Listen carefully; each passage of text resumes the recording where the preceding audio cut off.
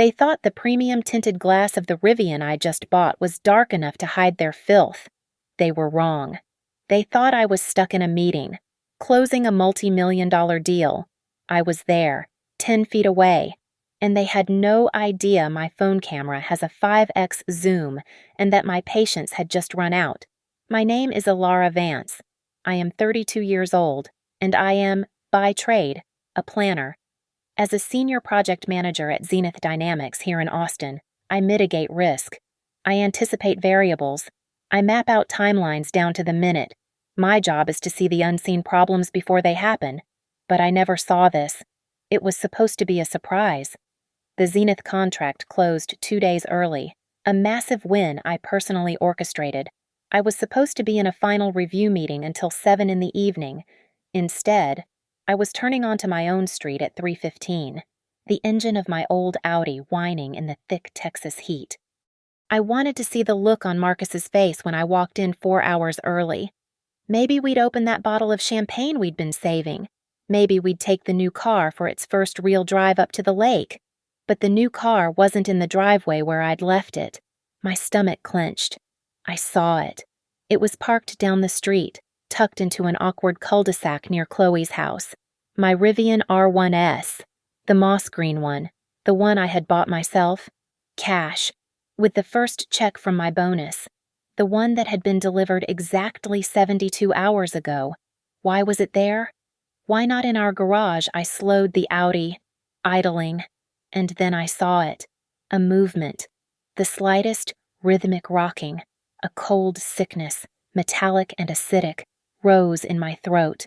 This wasn't real. It was the heat haze, maybe, a trick of the light. I parked my Audi around the corner, my hands slick on the wheel. I got out. The air was thick, suffocating. I walked, my footsteps silent on the pavement. 10 steps. 5 steps. I was right next to it. My car. The tint was dark, top of the line, but it wasn't designed for the relentless, high-noon Texas sun. The light cut straight through it, illuminating the cabin like a dirty stage.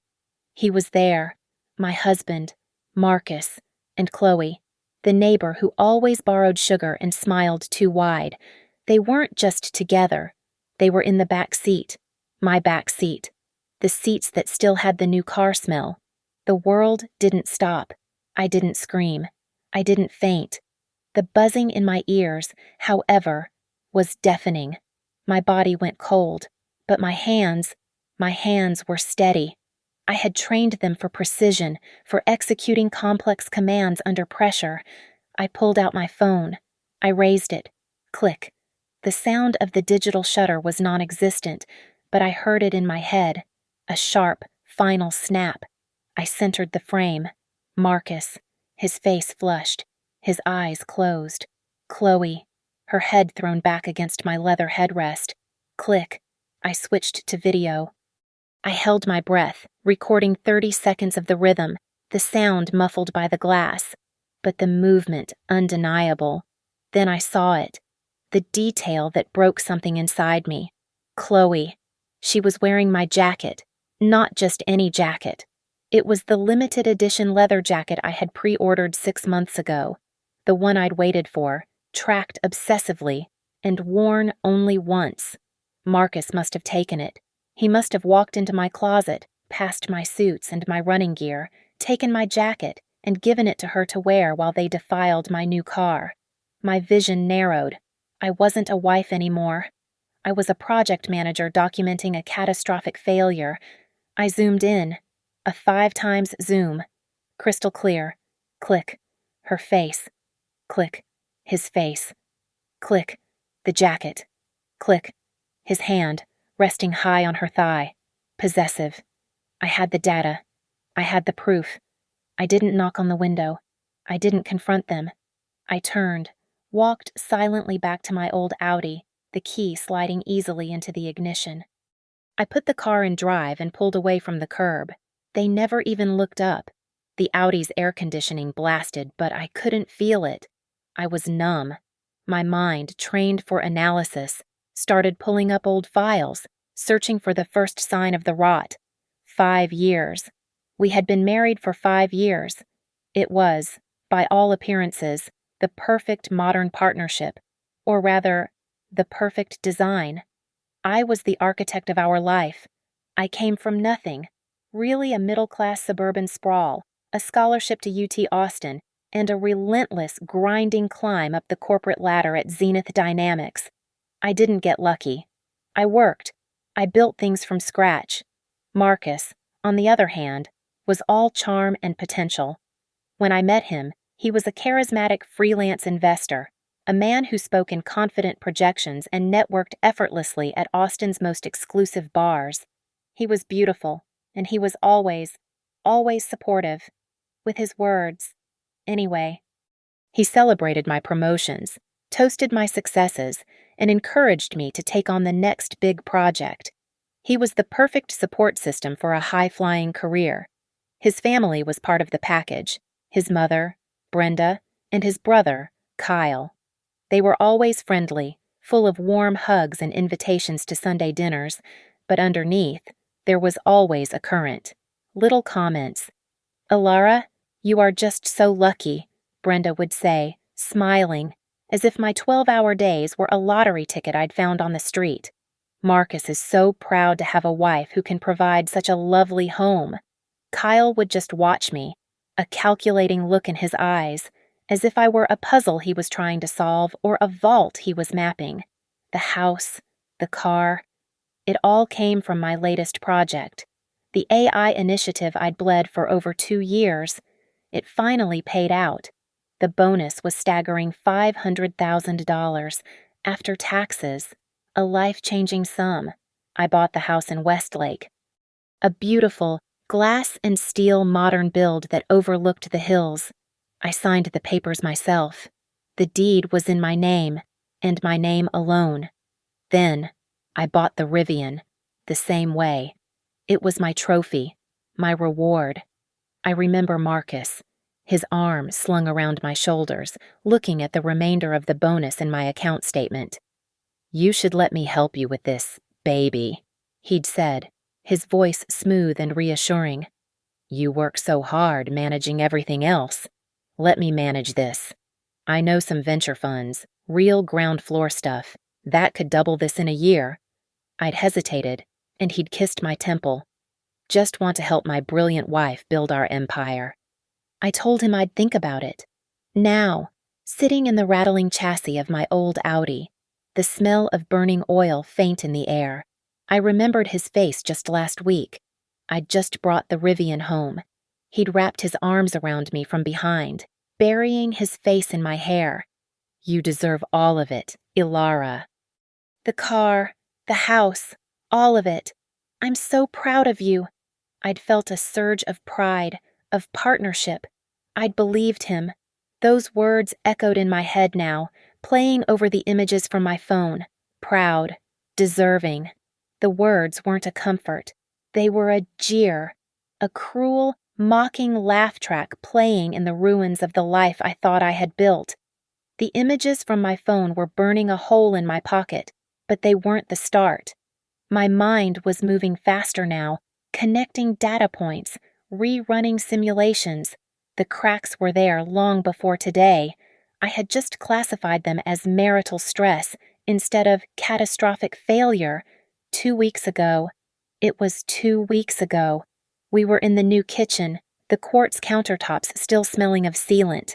Marcus poured me a glass of wine. He was all smiles, radiating that easy charm that always made me lower my defenses. He slid a thin blue folder across the island. "Hey, baby, just a bit of boring adulting," he'd said, tapping the cover. "It's the paperwork to add my name to the deed." I froze, my hand halfway to the glass. "Oh, I thought I bought it with the bonus." He laughed, a light, airy sound. "Of course you did. You're the superstar." He leaned in, kissed my forehead. "It's just for legal protection. Ilara, seriously, if something ever happened to you, God forbid, I wouldn't want to be in a probate fight with the bank just to keep our house. It's just cleaner. For us." It sounded so reasonable, so responsible. But my gut, the same gut that tells me when a project timeline is about to implode, screamed in protest. I am a project manager. I live by documentation. A deed is not just paperwork, it's the final sign-off. Before I could formulate a response, I said, I'll look at it later. This Zenith project is in its final crunch. I watched his face. The smile didn't falter, but it tightened. A flicker of something impatience, disappointment passed through his eyes before he masked it. Of course, baby, whatever you need. Just don't forget about it. He tapped the folder again. For our protection. The next day, my phone rang. It was Brenda. Ilara, dear, I was just telling Kyle how beautiful your new home is. We are all so proud. You know, a family is all about building assets together. Her voice was syrupy, but it had a steel edge. My Marcus. He has such a good head for these things. He just wants what's best. My son deserves to feel secure in his own home. Don't you think? The coordination was suffocating. I felt cornered. I mumbled something non-committal about the project and hung up, a sour taste in my mouth. I left the blue folder on my desk, untouched. A silent act of defiance I hadn't even understood at the time. And then, last week, Kyle. He'd dropped by while Marcus was supposedly running errands. He was a different animal than Marcus Quieter, more watchful. He stood in my home office, admiring the setup. This is really something. Ilara, he said, scanning my multiple monitors. Zenith really works you hard. Huh? What's your schedule like these days? Still those crazy 12-hour hauls? I'd nodded, tired. Pretty much, until this launch is over. And the new security system, the one Marcus was telling me about. It's all smart tech. Right. Can you, access everything from your phone when you're at the office? I'd explained the app, the remote door locks, the camera feeds. I thought he was just a tech enthusiast. I thought he was making small talk. Now, driving aimlessly through the Austin suburbs, the pieces slammed into place. The casual questions, the pressure to sign the deed, the phone calls. They weren't checking in. They were synchronizing their watches. They weren't being supportive. They were being impatient. They weren't worried about my well-being. They were monitoring my schedule. They were probing my defenses. This wasn't concern. It was urgency. And I had just found out what they were so urgent to accomplish. I didn't go home. The house in Westlake wasn't my home. It was a compromised asset.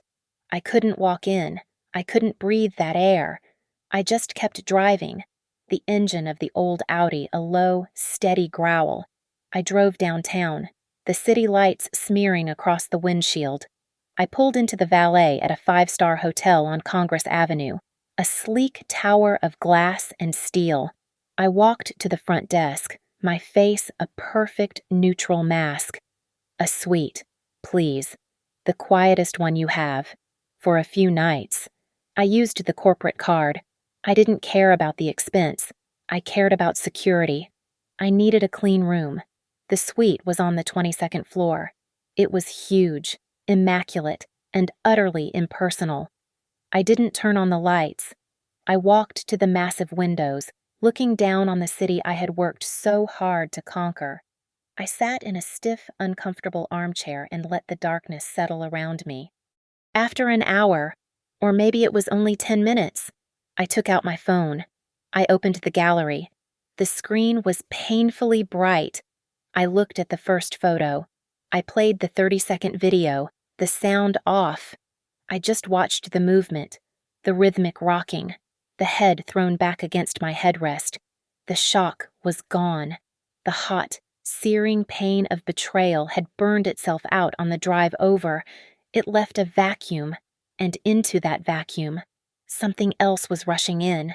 It was a cold, pure, clarifying rage. This wasn't a simple human failing. This wasn't a desperate, passionate mistake.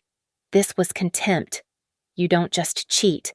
You don't take the single biggest trophy of your wife's career, the car she bought with her own bonus, the car that still smelled new, and use it as a sordid motel room. You don't go into her closet, steal her favorite jacket, the one she waited 6 months for, and put it on the other woman. That wasn't an affair. That was a desecration. It was a statement. They weren't just sleeping together. They were laughing at me. And the house. The pressure from Marcus to be on the deed. The legal protection. Brenda's syrupy phone call about building assets together. It wasn't a request. It was a plan. This was an attempted seizure. A coordinated, hostile takeover of my life, orchestrated by my husband and his family. My fingers, steady now, swiped back to the photos. I wasn't a wife looking at her cheating husband. I was a manager reviewing evidence of a critical breach. I scanned for details. I stopped on one image, a close-up I had taken of his hand on her leg. But I wasn't looking at their hands. I was looking at the background, on the center console, between the two front seats. I zoomed in, my breath hitched. A small, recognizable corner. Blue. The pale blue of a manila file folder. It was the folder from my desk, the one Marcus had given me 2 weeks ago, the one with the deed transfer documents.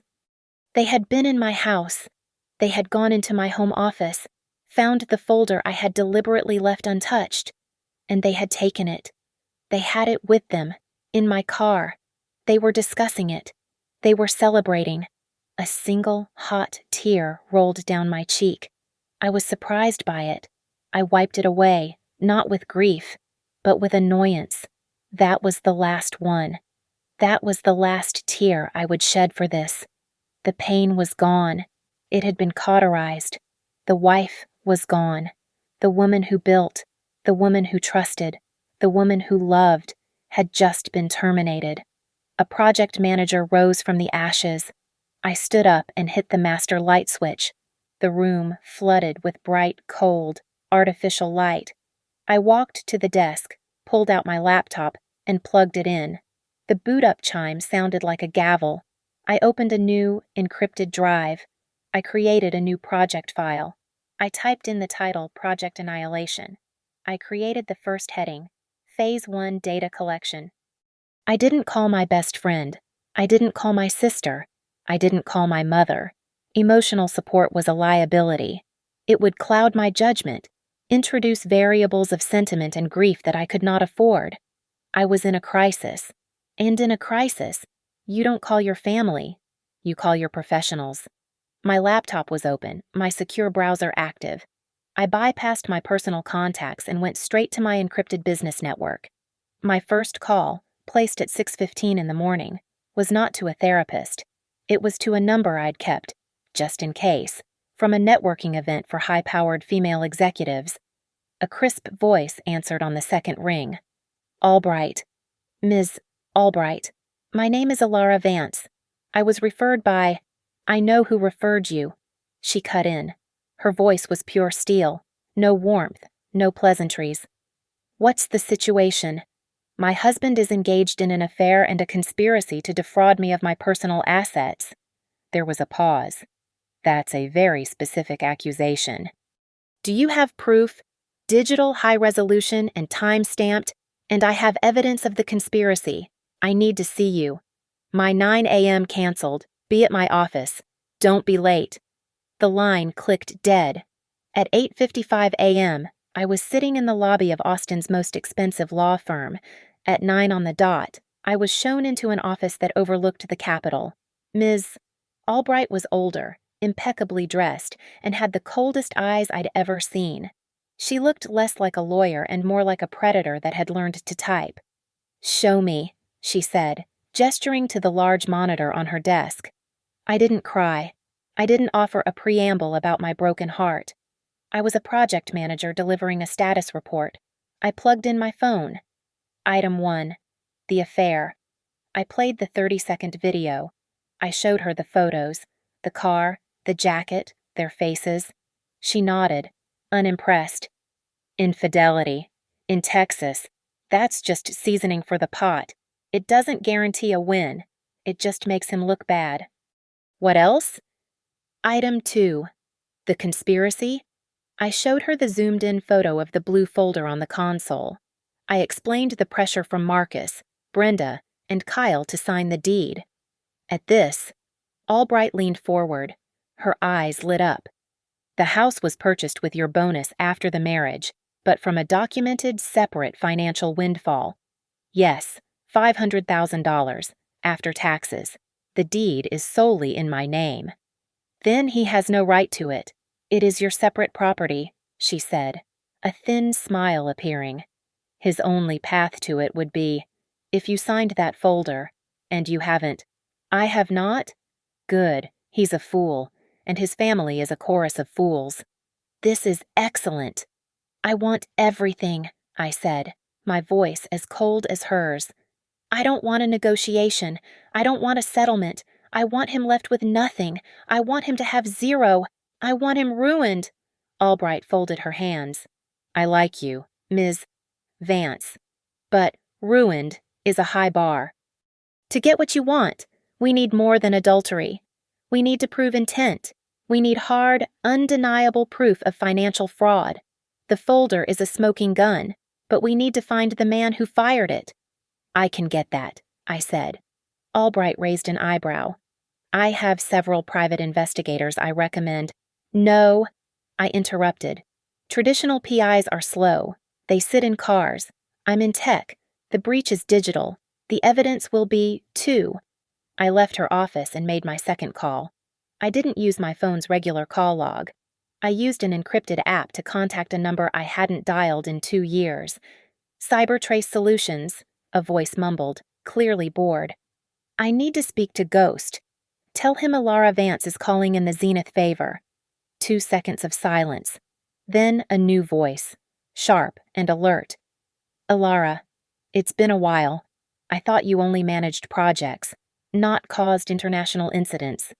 I need a security audit. Ghost, a former colleague. A white hat penetration test on a hostile target. Hostile how? My husband, Marcus Vance. I am authorizing a full digital deep dive. I want his emails, his cloud storage, his bank transfers, his browser history. I want to know every keystroke he's made in the last year. I suspect financial malfeasance, fraud, and gambling. That's not a white hat test, Alara. That's a digital evisceration. It's illegal as hell. Which is why I'm paying your consulting fee in full, plus a 50% hazard bonus.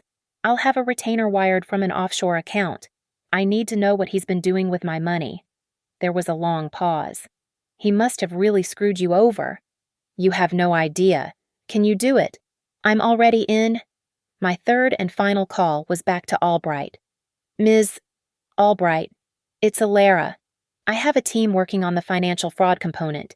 In the meantime, there is one more thing. We have a joint investment account. Marcus manages it. I want it frozen. As of right now. Consider it locked, she said. I hung up. I stood in the hotel lobby, a fortress of calm. Phase 1. Data collection was complete. Phase 2. Assembling the team was done. I had my legal counsel and my digital weapons.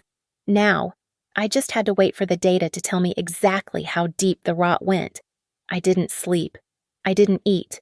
I sat in the hotel suite's ergonomic desk chair, my laptop open, my phone on the desk beside it, face up. For 24 hours, I watched the encrypted messaging app, waiting for the icon to turn green. It chimed at 6:30 the next evening, a single, sterile notification. You free, Ghost's message read. Proceed. I typed. My phone rang a second later. It wasn't a call. It was a secure data packet, a report. He knew I didn't want conversation. I wanted data. I opened the file. The first line hit me like a physical blow. Target Marcus Vance, status not an investor. The report was blunt, technical, and utterly damning. Ghost hadn't just looked. He had dismantled Marcus's entire digital life. My husband, the charismatic freelance investor, hadn't made a single legitimate trade in over a year. He was a gambling addict, a prolific, desperate one. I scrolled through the transaction logs, page after page, offshore sports betting sites, High-stakes online poker rooms registered in Malta and Curacao. He wasn't investing the money I'd given him from my early bonuses for our joint account. He was burning it. The total was at the bottom of the summary page. $150,000. Gone. Evaporated. I felt nothing.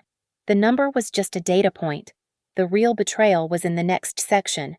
File structure analysis. The heading read, Identified shared cloud directory. Project Nest Egg. Initiated 9 months ago. My blood went cold. Ghost had attached the link. It was a Google Drive, still active. The shared users were listed in a neat row. Marcus, Vance Eggmail, com. Kyle, Vance. Properties Eggmail, com.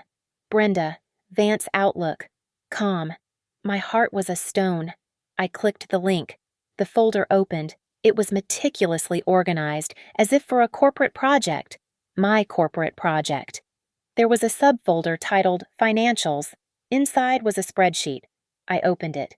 It was a detailed list of every asset I owned. My Zenith stock options, my 401k, my salary, my bonus, my estimated commission for the next fiscal year. They had been tracking my income. There was a second folder, Documentation. My stomach hollowed out. They were scans. My driver's license, my social security card, a copy of my birth certificate, my signature from a dozen different documents. Then I saw the PDFs. How to Forge Digital Signatures, a 2025 guide. Texas property law spousal loopholes. Filing for conservatorship a step-by-step. I stopped breathing. This wasn't a plan to get me to sign a deed. This was a plan to take everything, with or without my signature. They were researching how to fake my consent, and if that failed, how to declare me legally incompetent. I went back to Ghost's main report. There was one last section, Transactional Analysis. It was a list of transfers from Marcus's secret, non-joint bank account, the one he was funding with my money. 6 months of consistent payments to C. Andrews.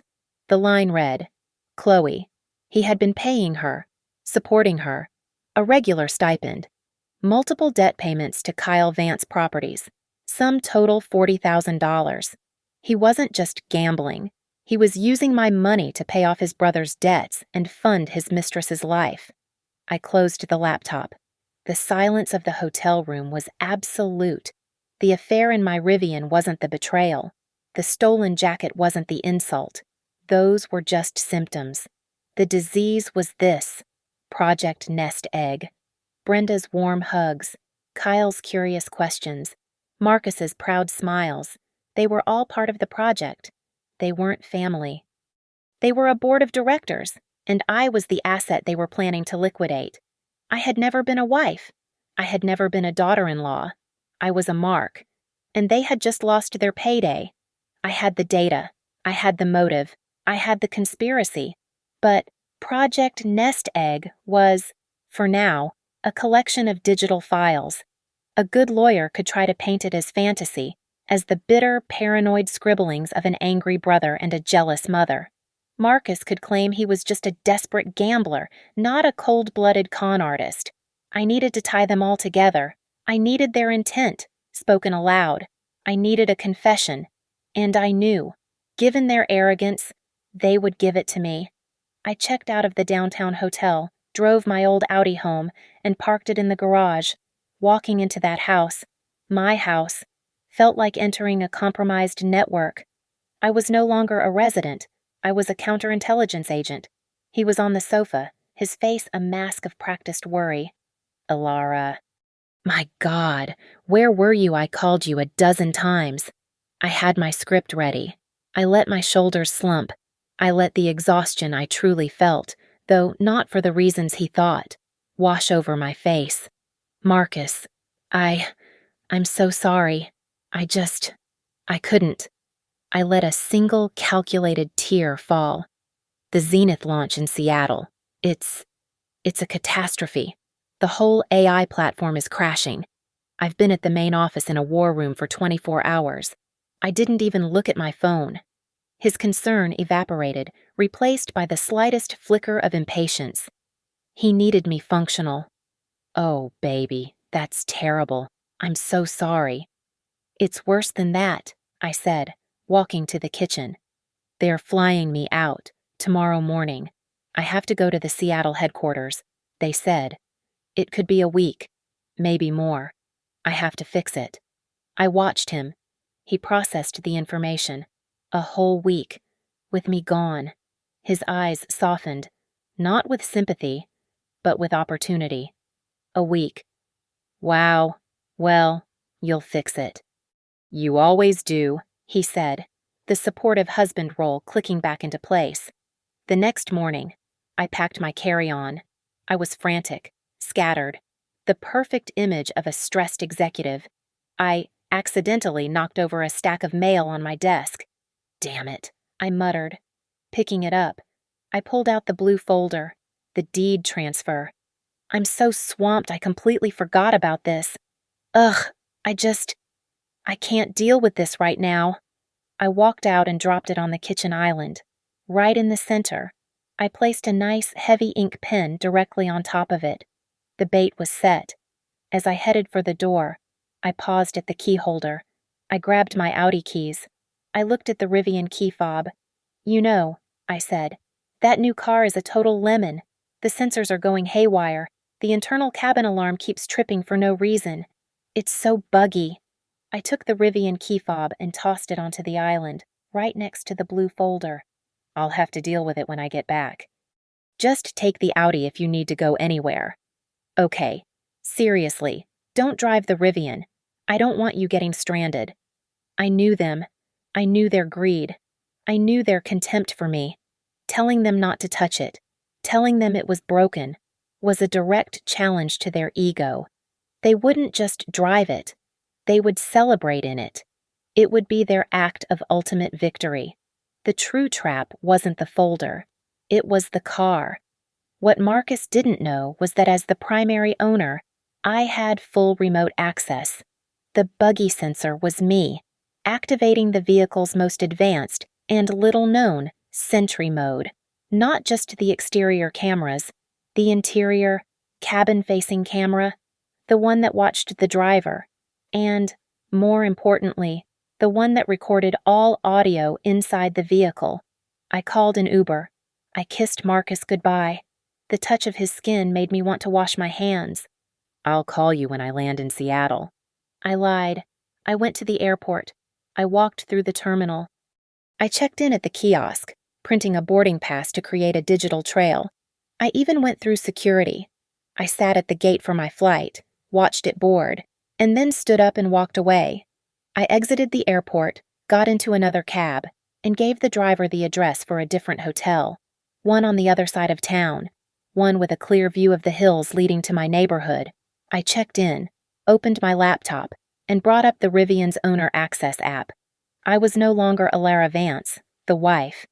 I was the project manager, and the final phase of my project was about to begin. I just had to wait for my very predictable variables to act. I didn't have to wait long. My flight to Seattle was still taxiing on the runway when my laptop chimed. A single notification from the Rivian app, vehicle door opened. I watched my screen, my hand steady on the trackpad. A second notification, vehicle is in motion. I clicked the View Live Feed button. The connection was flawless.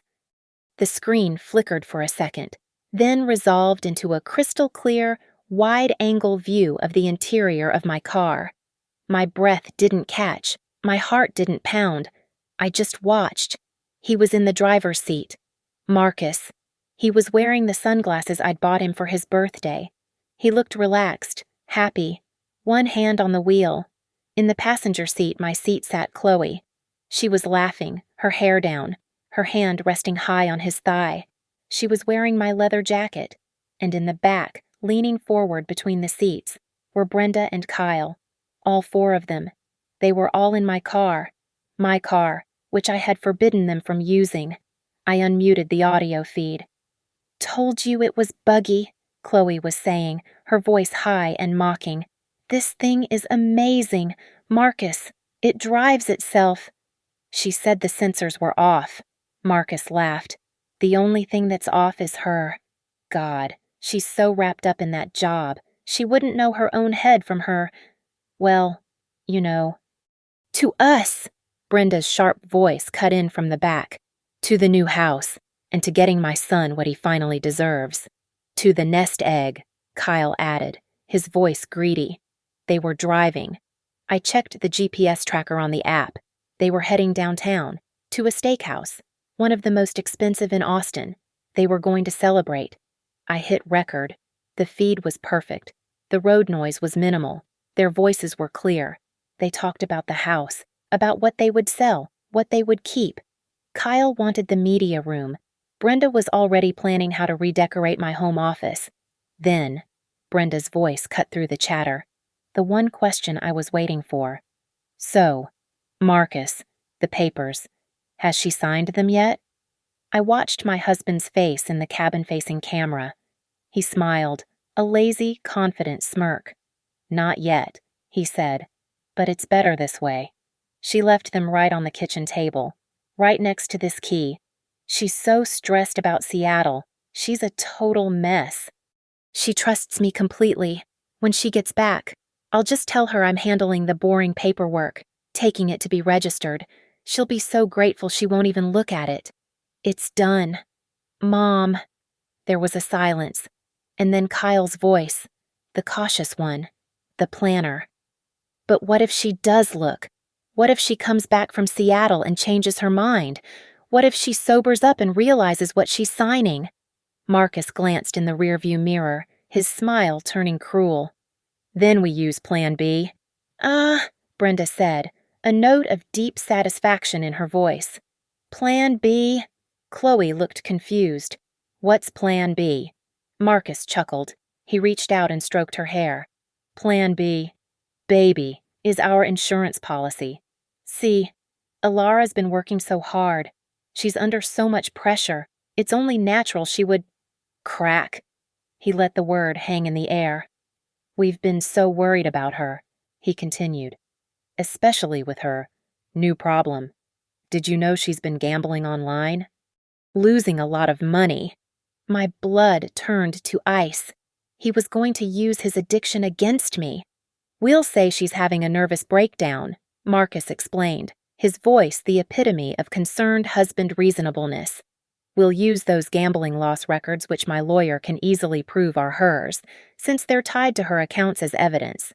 We'll file for an emergency conservatorship. We'll prove she is mentally incompetent to manage her own assets. Her own company will have to put her on medical leave. And who steps in to protect her? Her loving husband. Me. I stared at the screen. At the man I had married. At the family I had fed. We'll get the house, the stocks, the whole damn thing. Kyle summarized from the back. Exactly, Marcus said, turning the car into the valet lane. I watched as the valet opened the door. The audio feed was still live as they stepped out, their laughter echoing in the car. I didn't stop the recording. I let it run. I sat in the silent hotel room, watching the empty, pristine interior of my car. I had it all. The fraud, the conspiracy, the intent, the pure, black-hearted malice. I finally clicked the button. File saved. It was the most perfect piece of evidence I had ever seen. The GPS tracker on my laptop screen was a steady, pulsing dot. They hadn't moved. They were still at the steakhouse. I saved the video file in 3 separate, encrypted cloud locations. I forwarded a copy to Ms. Albright. Then I shut the laptop, stood up, and brushed the non-existent wrinkles from my suit. I had been in this hotel for less than 3 hours. I went downstairs, retrieved my old Audi from the hotel valet, and drove. I didn't speed. I didn't run any lights. My hands were steady on the wheel. I was a project manager going to a final critical review. I was about to present my findings. I pulled up to the restaurant. It was exactly as I expected. My moss green Rivian was parked right out front, a gleaming trophy in the prime valet spot. They were showing it off, showing my success off as their own. A line of other guests, dressed in expensive clothes, were waiting nearby for their own cars. I handed the keys to my old Audi to the stunned valet, who clearly wondered why I was arriving in this beater. "I won't be long," I said. I walked up the steps and into the restaurant. The hostess started to greet me, but I walked right past her, my eyes scanning the room. There. A large circular booth in the center. The celebration booth. All four of them. Marcus, Brenda, Kyle, and Chloe. They were laughing, glasses of champagne in their hands, expensive steaks in front of them. I walked straight to their table. The laughter died first. Chloe saw me and her hand, the one with my jacket on the back of her chair, flew to her mouth. Kyle's face went rigid. Brenda's smile curdled. And Marcus. His face. It was a beautiful, chaotic symphony of total panic. He went white as a sheet. "Ilara," he stammered, standing up so fast he nearly knocked the table over. "Ilara, what? How are you? The flight." I gave him my most practiced, gentle smile, the one I used on difficult clients right before I told them their project was dead. "The flight got canceled," I said, my voice calm and pleasant. "A mechanical issue, and then, can you believe it? I realized I'd forgotten my main wallet. I'm so scattered." I stepped closer to him. "Oh, Marcus, you look so flustered." I reached for the glass of red wine on the table next to him. "Here, sit down." And I tripped. The entire glass of dark, rich Cabernet went straight down the front of his expensive, light-colored shirt. "Oh, my God," I gasped. "I'm so sorry. How clumsy of me." He yelped, jumping back. "Damn it, Ilara, this is silk." He was distracted, flustered. His hands were flapping at his chest, dabbing at the stain. Brenda was squawking. Kyle was frozen. While his eyes were on his ruined shirt, my hand, precise and fast, went straight to his jacket pocket, the jacket he'd worn out to celebrate his new life. My fingers closed around the familiar, heavy shape of the Rivian key fob. I plucked it from his pocket. He never felt a thing. "Let me get some club soda," I said, my voice full of fake concern. I turned my back on him, and I walked away. I walked straight out of the restaurant, down the steps, and into the warm night air. "Ilara," I heard him shout. "Ilara, wait, where are you going?" I heard the scrape of chairs, the four of them, stumbling out of the booth, following me. They probably thought I was having a breakdown. They probably thought Plan B was starting early. I walked right up to my Rivian. I pressed the unlock button. The car chimed softly, the lights flashing a friendly welcome. I stopped at the driver's door. I could feel their presence behind me. "Ilara, what are you doing?" Marcus pleaded, his voice a mix of anger and confusion. "Give me the key. You're not well." I smiled. "You're right. Marcus, I'm not. But this car is." I pulled out my phone. I pressed the Rivian app, and I selected a very unique, little-known feature, the external PA system, the Gear Guard speaker. I connected my phone's Bluetooth. I opened my audio files.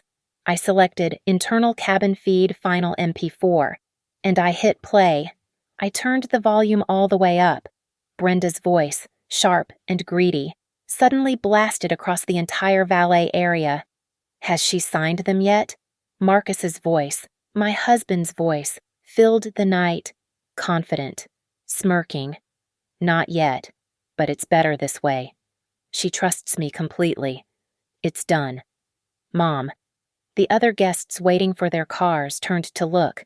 The valets froze, their keys in hand. Kyle's voice echoed off the restaurant's brick facade. What if she changes her mind? And then, the finale. Marcus, explaining Plan B. "We'll say she's having a nervous breakdown. We'll use those gambling loss records. We'll file for an emergency conservatorship. We'll prove she is mentally incompetent." Their own words, their entire plan, broadcast for the entire world to hear. The world shattered into silence for one long second, and then the chaos erupted. Brenda, her face a mask of purple-white horror, was the first to run. She literally ran, grabbing Kyle's arm and dragging him toward their own car, a woman fleeing a fire. Chloe, wearing my jacket, doubled over at the curb and was violently sick into a pristine flower bed, and Marcus, he just stood there, frozen. The wine stain on his shirt looked like a gaping wound. His mouth was open, but no sound was coming out. He was a statue of a ruined man. I didn't say another word. I pressed the button on my phone, disconnecting the PA system. The sudden silence was louder than the recriminations. I opened the driver's door of my Rivian, slid into the seat that still smelled like new, and closed the door. The quiet of the cabin was a sanctuary. I pressed the start button. The car hummed to life. I put it in drive, pulled smoothly away from the curb, and left him. I left him standing there in the valet lane, stained and exposed, with no car, no keys, and no explanation for the crowd of staring strangers. I drove back to my hotel. I slept for 8 straight hours. The next morning, at 8 a.m, a process server, hired by Ms. Albright, arrived at the house in Westlake. He served Marcus, who had apparently been sleeping in my old Audi, with a stack of documents, the petition for divorce, an emergency restraining order, and a civil suit for the recovery of $150,000, citing fraud. At 8:05 a.m, a second process server arrived at Brenda and Kyle's shared townhome. They were served with their own restraining orders and a separate, very detailed civil suit for conspiracy to commit fraud. My phone started ringing at 8:10. I let it go to voicemail. He called 17 times. At 9, sitting in Ms. Albright's office with a fresh cup of coffee, I let the 18th call come through. I hit the speakerphone button. Ilara. His voice was a raw, terrified sob. Ilara, thank God, baby, please. You have to stop this. It was a joke. It was just a stupid, terrible joke. Ms. Albright raised a perfectly plucked eyebrow. Listening.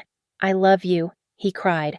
I was just mad about the car. It was just talk. I took a sip of my coffee. It was dark and hot. There was no joke, Marcus, I said, my voice calm and clear in the sterile office. You're not an investor. You're a thief. And your plan B? The conservatorship. That was very creative. There was a choking sound. Ilara, no, please, you can't. I have nothing. You've frozen everything. I can't even buy gas. That's your problem, I said. But you're about to have a much bigger one. What? What do you mean? Oh, I said, as if it were an afterthought. My lawyer here, Ms. Albright, she thought that the IRS might be very interested to learn about all that unreported income from your foreign gambling sites. She said they are very particular about that. The line went completely, utterly silent. And, I continued, she also mentioned that the FBI's wire fraud division might have some questions for you and Kyle. Something about using interstate computer networks like Google Drive to plan a multi-asset financial crime. Project Nest Egg was such a catchy title. I'm sure they'll love it. He didn't speak. He just breathed. A shallow, horrified sound. He finally understood. He wasn't just losing a wife. He wasn't just losing my money. He was facing a federal investigation. He was facing prison. I hung up. I opened my phone's contact list, found his name, and pressed block. I did the same for Brenda, Kyle, and Chloe. I took another sip of coffee, the hot liquid grounding me. I looked out Ms. Albright's window at the Austin skyline, at the Capitol building gleaming in the morning sun. So, I said, turning to her, my schedule has just completely opened up. I was thinking of taking a vacation, maybe somewhere with no cell service, for a long time. Thank you so much for listening to my story. I'd love to know where in the world you're tuning in from. So please drop a comment below and let's share our thoughts. Be sure to subscribe to Lily Revenge Stories, like this video, and if you can, support us by hitting that hype button so more people get to hear this.